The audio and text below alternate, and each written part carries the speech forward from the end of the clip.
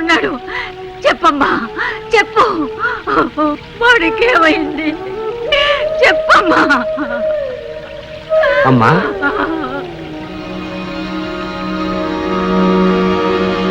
ఎవరు బాబు? నేనమ్మా, విజయ్ని. ఒకనాడు దెబ్బలతో మీ దగ్గరకు రాగా నాకు ఉపశమనం కలిగించారు. క్షుద్రశక్తి నుంచి తప్పించుకోవడానికి రక్షా కట్టి పంపించారు.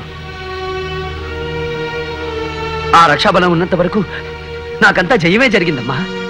ఇప్పుడు నేను భైరవ ద్వీపానికి బయలుదేరుతున్నానమ్మా. మళ్ళీ తమ ఆశీస్సు పొందాలని వచ్చానమ్మా.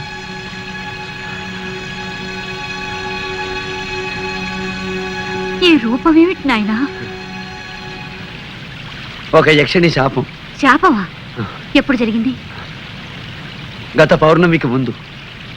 ఆనాడు ద్వాదశి. ద్వాదశ? అవునమ్మా.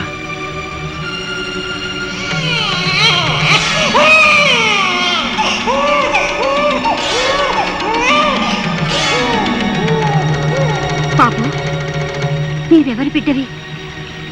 నీ తల్లిదండ్రులు ఎవరు? నేనెవరి బిడ్డనో తెలీదు కానీ గోమతి నదీ తీరంలో ఉన్న కోటాల కోనలో పెరిగాను. పసి వయసులో ఒక ఉగాది నాడు నదిలో కొట్టుకొస్తూ ఆ కోనవాసులకి దొరికానట. ఉగాది గోమతి నదిలో?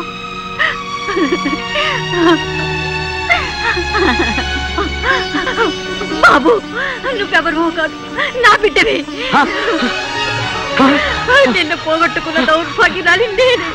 అమ్మా! అవును బాబు, నేనే నిన్ను కన్న తల్లిని. అమ్మా! బాబు! అమ్మా!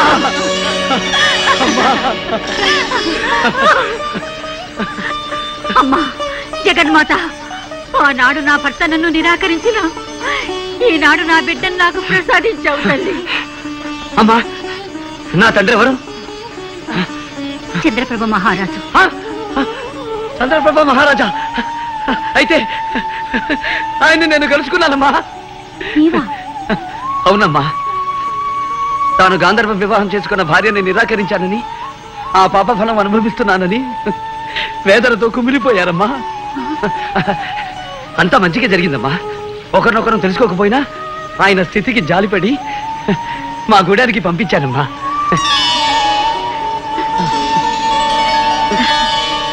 భేష్ విజయ్ కుమార, నీవు సాధారణ మానవుడవు కావు, కారణ జన్ముడవు. అందుకే ఒక దివ్యాశ్వం నీకు వరమిచ్చింది.